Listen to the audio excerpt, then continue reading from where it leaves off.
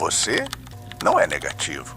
Você é um realista que foi convencido de que a sua prudência é um defeito. Você não evita o otimismo por gosto, pelo pessimismo. Você evita porque já viu o otimismo cego levar pessoas ao precipício. E com o tempo, você começou a chamar essa cautela de falta de fé. A mentalidade de abundância que estamos falando aqui não é a filosofia profunda de reconhecer oportunidades. Não é a resiliência de quem busca soluções. É a versão de autoajuda, vendida em cursos e lives, que promete que a realidade externa se curva aos seus pensamentos.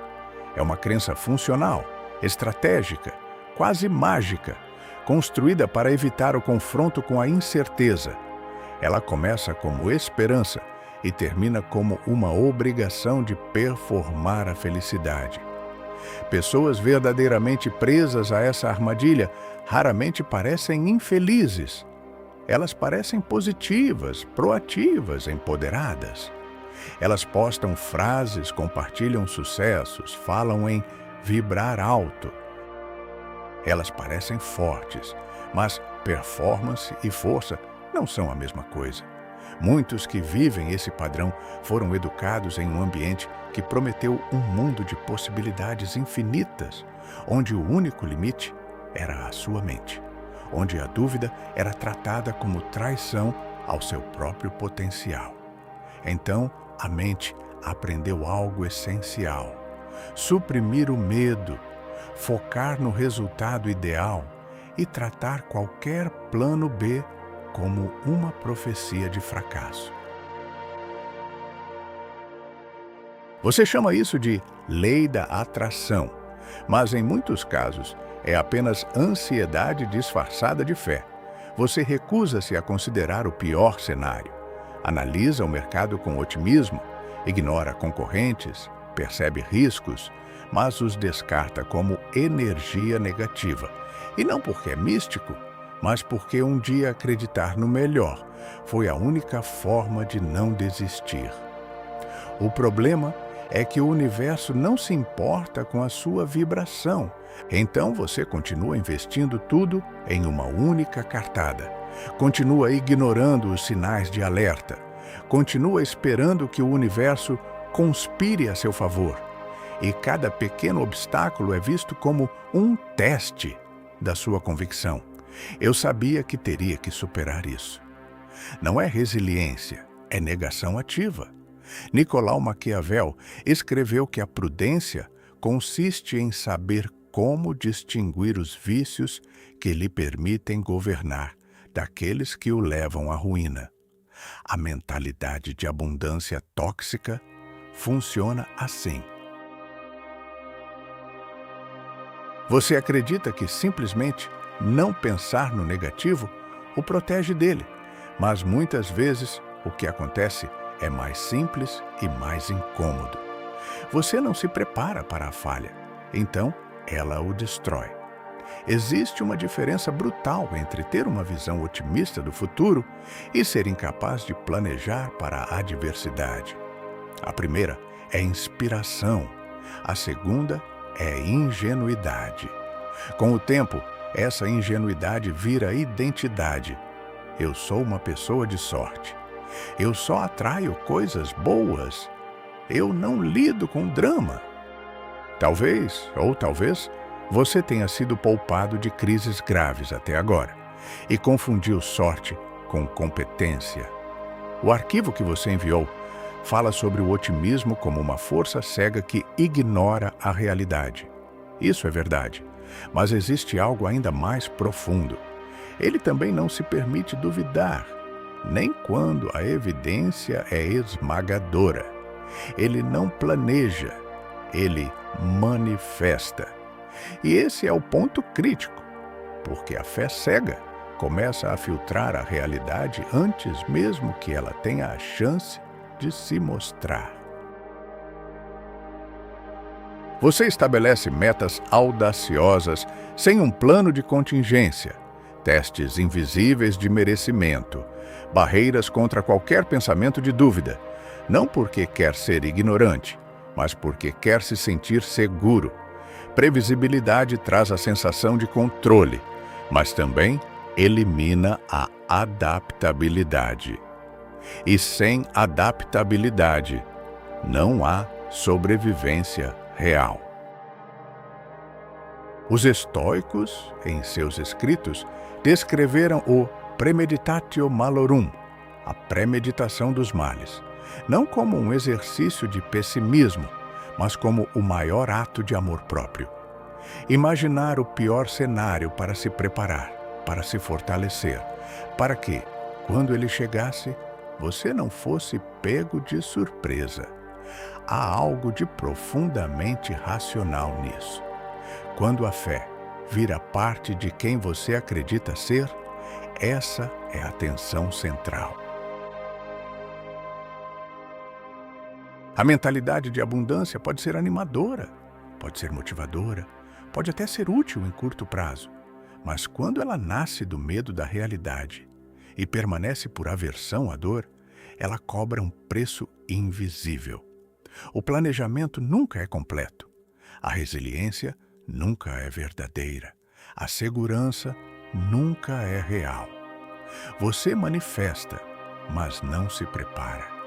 E a pergunta que atravessa tudo não é se você acredita no seu potencial, é outra. Sua abundância é uma convicção espiritual ou é uma estratégia de marketing pessoal para evitar o medo do fracasso? Você não é espiritualizado, você é treinado para ignorar. Antes de qualquer crise começar, você já afirma que tudo dará certo.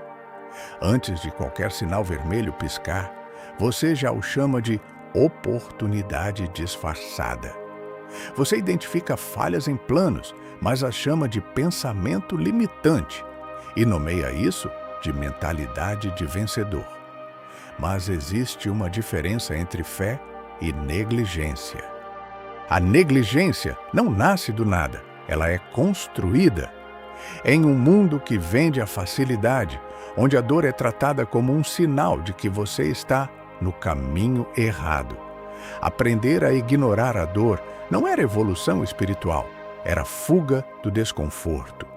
Você precisava acreditar, precisava ter certeza, precisava ajustar sua percepção para que o mundo coubesse na sua crença. O problema é que a mente acredita rápido e desaprender não é automático. O cérebro que foi treinado para ver apenas o positivo não diferencia facilmente esperança e delírio. Então, ele continua manifestando, continua ignorando, continua se colocando em risco. Você entra em um negócio, já está decorando o escritório novo.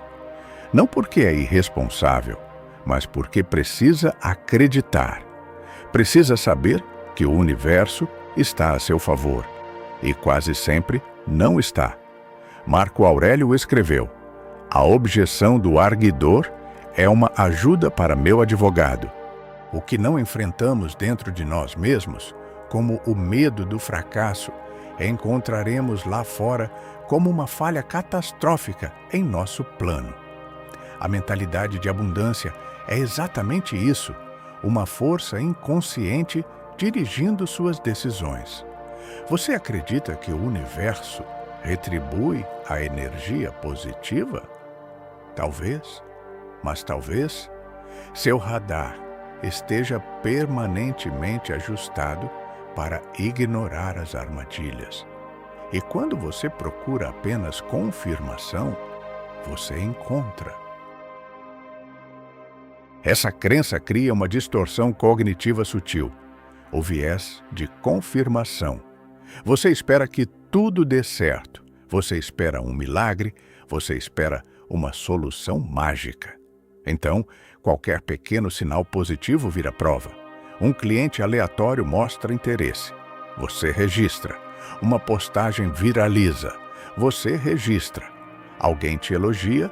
Você registra. Não há planejamento externo. há acúmulo interno de esperança. Você dificilmente faz um plano B.